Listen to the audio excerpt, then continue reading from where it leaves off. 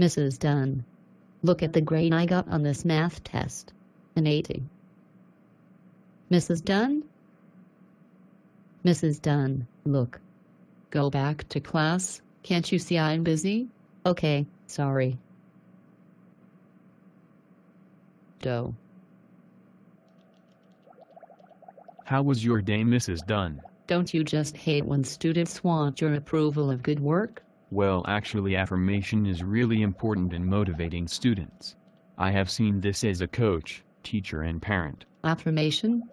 What is that, Coach Scott? Affirmation is motivating students by creating classroom activities that showcase students' efforts specifically to those people who are significant in their lives and emphasizing their efforts are undoubtedly meaningful and valuable to others. Oh, that kind of makes sense.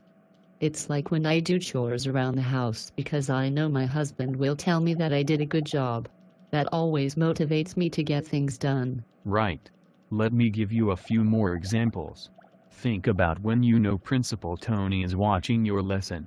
How much more time do you invest in that lesson when you know someone you care about is watching?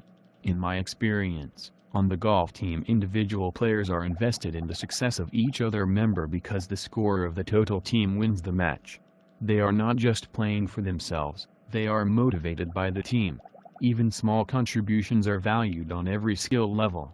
How do you think you could apply that concept in your classroom? That makes a lot of sense. It sounds like I need to get to know each of my students on an individual level and find out who is important to them. It could be their parents, prior teachers, coach, classmate, church leader, or even siblings. I need to give the students opportunities to create and share work with their special significant person. I will make sure they know that I will share their best work with those people as well. I know you will see so much more engagement and motivation in class if you do that.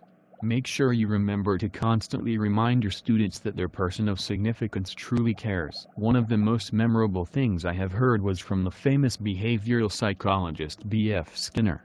He said, "The way positive reinforcement is carried out is more important than the amount